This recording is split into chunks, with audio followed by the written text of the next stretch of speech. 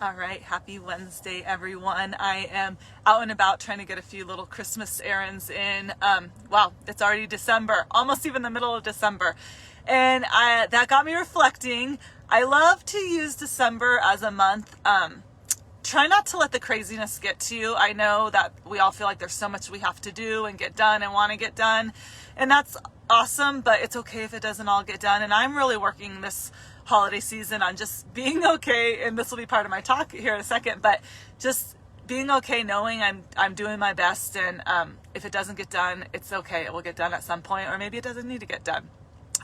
So try to remember to fill your heart with joy and just quiet moments to take it in and not just rush from thing to thing. That's something I've been working on as I get older and wiser. I did just turn 40 last week. So I came in today because, like I said, December, I like to use December as a month of reflection and setting ourselves up for the next year, because the law of attraction and the law of manifestation and praying and meditating and listening for those answers, I believe, is so powerful. And so I'm not one at all for New Year's resolutions. I think the word resolution has a negative connotation. It means you're resolving to change something, that you're not, that it just, to me, it sounds punishing. And so I believe we are all works in progress, and we should be proud of that. And so with a new year, maybe there's some things you want to improve at, or spend more time at, or better yourself at. But one good way, instead of just resolving all the things you want to fix and writing a list of all the things you're going to set yourself up with these expectations for, I invite you to take some time. This is new this year that I'm sharing this, but to come up with 3 words for yourself or your business for 2021. Good things you're proud of for yourself, because what you're going to do is you're going to make that the frontal part of your brain, and you're going to attract more of that in the next year. And I also love to do a greatest hits list. So pick 3 things from each month that made you happy or brought you joy. You can go back and look at your calendar through pictures, through email, and I'll share we have a little version you can print if you'd like to do that yourself.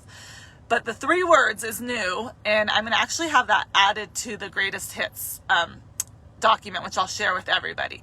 But I'm going to share my 3 words, and it's a little vulnerable and raw, and I've been thinking about this and kind of journaling about this the last couple of weeks. And if I had to choose 3 words, and they are a combination between personal and business, VFit, because that is such a big part of my life and my everyday interactions. So my 3 words are authenticity, connection, and forgiveness. I'm trying to, if it's bright, I think I could take my glasses off. It's not too bright. So authenticity, that's live. That's how it goes. Authenticity, connection, and forgiveness. And I'll just spend a little time on each.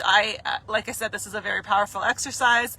You should do it as well. You can write about each word, and I'd love to hear yours if you have 3 words.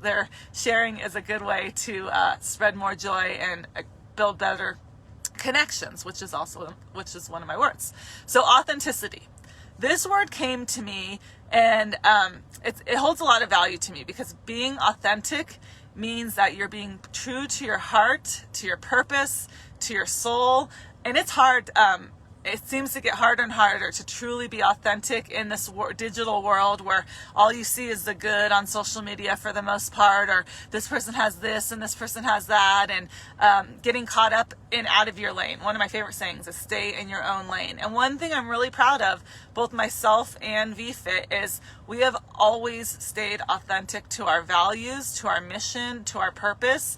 Let me tell you, the last 2 years, it could have got real easy to get off course and go for making this bigger and, just scaling on a level that didn't feel authentic and genuine, and losing some of that purpose and getting caught up in the numbers and the ego and all of that. And so I'm super proud.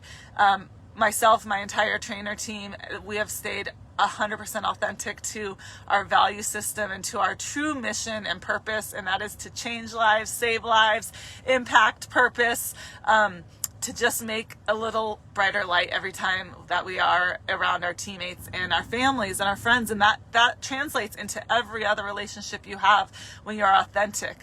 So I love that word. Are you being authentic right now? Or are you feeling pressure to shy away or stray from what is really important to you value-wise and moral-wise and purpose-wise, because right now is a time to dig into that. It's your character, right? Who you are. And so I love teaching that to my kids. And so that's word number one. The next word, connection. And I love this one because this is my theme. My team knows going into 2022, more connection. And we've built it really well. First with VFit, everyone thinks, oh, it's a virtual studio. You're working out online. It's probably impersonal. And I have never, and every trainer can vouch, I've never been more connected, and I worked at the gym for years. I've never been more connected with a community than at VFit. And I believe we have a special gift, and that's why we were put in this place where it is about as real as it can get. You're seeing inside someone's house, they're crazy and chaos going on. If they're in a different place, we learn our teammates' kids' names, their pets' names, what they're going through in life, what the highest of highs, the lowest of lows. And since, especially in light of COVID, connection is more important than ever. And it can be built, and I know being in person is super important, and there's a place for that. And the cool thing with VFit is our members have started now connecting with each other outside of just our studio offerings, and they hold get-ups and they get-togethers and they visit each other when they're in each other's states or crossing through someone's town. And we've really put a lot of effort in the last 18 months, and it's about to amplify in a huge way, which I'll announce next week. These different avenues for people to connect. Sure, we connect in our classes and through our workouts, and you hear your friends' names and you get to know them and see them that way. But we've built a lot of other programs over the last year within VFit to get our members connecting on a deeper level. Because when you're connected to people that are a positive influence on you, it becomes who you are. It becomes, again, part of your authenticity, a part of who you are. And so we've built all these different programs and happy hours and group challenges and ways for people to really come together and connect in a deeper way. And I have to say that has helped also the relationships with my family, with my kids. It's really made me aware of how important connection is, and not being everything to everybody, right? You can do anything, but you can't do everything. Same with your connections. Who are you connected to? I would rather be connected to less people on a deeper level. And so that's been a big part of 2021 for me, is just watching these connections between our community of VFitters, and then how that translates into our own lives and who we are. And seriously, the most genuine, amazing people, no matter the season of life. There's been some real heartaches throughout our community in this last year, and we've all just been there for each other. And it's something that I was telling the trainer team earlier, I take for granted, because it's just so part of my day to be around positive people. And that doesn't mean that life isn't hard, but people that genuinely have a positive outlook on life and are kind to each other and uplifting and genuine. And I know that's not the norm out there for a lot of people. So I encourage you to find those positive and deep connections and to continue to pour into them, because it's a relationship, right? Connection is a relationship. It takes you giving as well as being able to receive. So that is something I've learned, to receive along with give. And then my last word is forgiveness. And this one can go deep, and I chose this on two levels. One, forgiveness to yourself. Are you offering yourself enough grace and enough forgiveness? We tend to pile so much on our list, and do we just pile it on so we can cross it off? What truly has meaning? Do you catch yourself beating yourself up for not doing something good enough or saying something? So giving yourself that forgiveness, I've really worked on this year. Like, I'm doing the best I can. Like, I journal that often in the morning. I am doing my best. And I think giving yourself that grace is really important, because we all have been shaken to the core the last couple of years, and I believe you are all doing your best. And there is that room. We're a work in progress. That is so awesome. We get to continue each and every day to work on our progress. What would we do if we had nothing to work on? So that is a gift. And then forgiveness to others who may have hurt you or harmed you. I told a story, and I'm not going to get into it as much here today, but of a situation this summer that happened to my daughter, and it was out of our control. The kids got into some adult gummies from a family member's car, and it really wreaked havoc on my family. Not just that incident that happened that night. That whole incident had some mental like PTSD stuff with my daughter, because it was such a traumatic experience for her. She was 8, she didn't know what was going on, and so my family was shaken to its core, and we were hurt. And it would have been easy to blame this person for, you know, doing something that hurt my kid, but I knew it wasn't intentional. And I said, I gave forgiveness from that moment, and it gave my heart that chance to heal and to serve my family. And when we hold on to resentment and anger and blame, then you're losing a place in your heart to serve and to help. And my job was to then be there and help my daughter through this new challenging season. And I've been able to really be there for her. And same with my husband and my family, by letting go of this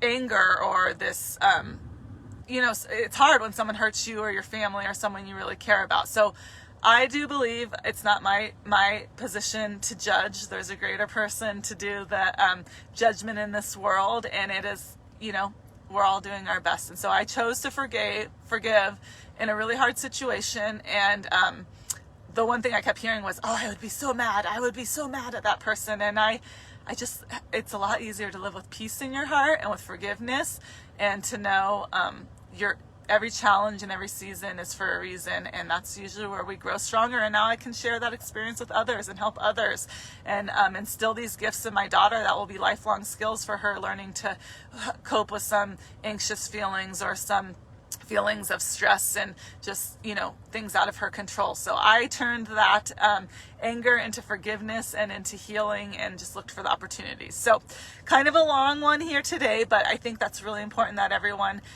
focuses on 3 words you're proud of for the year, and let that propel you into the new year. And then you can manifest more of that. And then who knows what your words will be next year. Some of them can be repeated again. So have a great day, everyone. Thank you for listening, and happy holidays. I'll be in here before then, but they are coming. So enjoy it. Enjoy it. The little moments. Enjoy the moments between the moments. That's what life's really about. All right. Bye.